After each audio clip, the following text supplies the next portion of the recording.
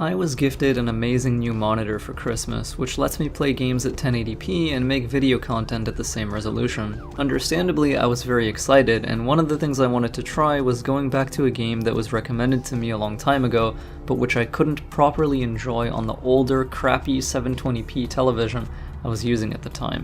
That game was Vampire the Masquerade Bloodlines. Returning to this game was a profound experience for me. Bloodlines doesn't have any quest markers in the world. It has no mini-maps, it has no compasses or GPSs. All you've got are your resource gauges on the left and right, a small crosshair in the middle to prevent motion sickness, and the world itself. Coming back to my toreador, a type of vampire obsessed with art, beauty, and who's emotionally volatile, was a bit like awakening in the world of darkness with amnesia, my memories missing and foggy. I had a small bit of context for what I was trying to do, but otherwise nothing. I decided to open my quest log and take a look. I saw two quests that seemed immediately doable: Drug Trip and the Pain of Being Mercurio. In one of them I would need to help the owner of a pawn shop nearby, find some drugs, and in the other, do a similar favor for a friend who had been badly injured and was in a great deal of agony.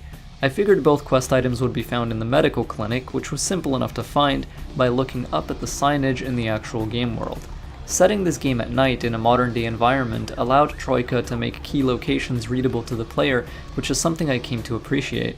Moving inside the clinic, I explored for a while and found an administrator's office, which was happily vacant. Hacking the computer inside, I discovered that a doctor named Malcolm had some morphine in his office, which piqued my interest. Mercurio could use that. But there was a problem. Checking on the office revealed that it was locked, and I didn't have a key. I also didn't have a lockpick, but I vaguely remembered that Tripp's pawn shop carried one, so I went over there to check out the price on it, reasoning that it would be a useful item to have. $90. I only had 35. The revolver I carried on me would only sell for 7. Not enough. I didn't know what to do. I spent some time wandering around outside, just soaking in the dark, thick atmosphere of Santa Monica at night, until I wandered into a diner somewhere nearby. These kind of places usually had money, right? I talked to the cashier and realized I could intimidate her into giving me some of the cash in the till, masquerading as a health inspector. I walked away from that establishment $50 richer and feeling like a bit of an asshole. But it was a step. I was getting somewhere. Now I had $85. I went back to Tripp's shop and considered carefully whether I should sell my revolver. Doing so would leave me without a weapon, but it was the only option I had left if I wanted to be able to afford that lockpick. And I needed that lockpick in order to keep progressing. My quest log wasn't updated with a new step. The game wasn't compelling or pushing me to sell this weapon. I could just as easily have left these quests completely alone, proceeded through the main story, returned later when I'd acquired more money through other means and finished them then, or just never finished them at all. But I felt like that would be giving up. There was a clever solution right here, right now. It was almost begging me to take it because I'd spotted it myself. So far, I'd orchestrated the sequence of events on my own, with my own wits and cunning as details came back to me. I took the revolver out and pulled the trigger on its sale. That put me just above $90, and I soon moved through the night back to the medical clinic, weaponless, but with a thief's tool in my pocket. At first, my attempt to pick the lock on Malcolm's door was fruitless. My lockpicking skill actually wasn't high enough, but I'd recently seen a loading screen tip inform me that casting Blood Buff on myself would temporarily raise my lockpick skill by 2 points. Doing this, I was easily able to crack the lock and get in, picking up the bottles of morphine on his desk. I also took the chance to read through his emails and discovered that he was married and having an affair with another woman. This had no gameplay benefit, but it added to the veracity of the world and the flawed human nature of the characters within it.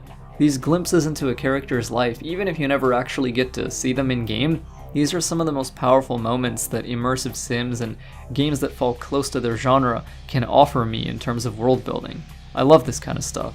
It was very reminiscent of Dishonored, Thief, and Deus Ex, so I smiled, and I moved on. I still needed to get into the safe upstairs, and when I made my way up there, I was unfortunately spotted by a security guard, but I got lucky.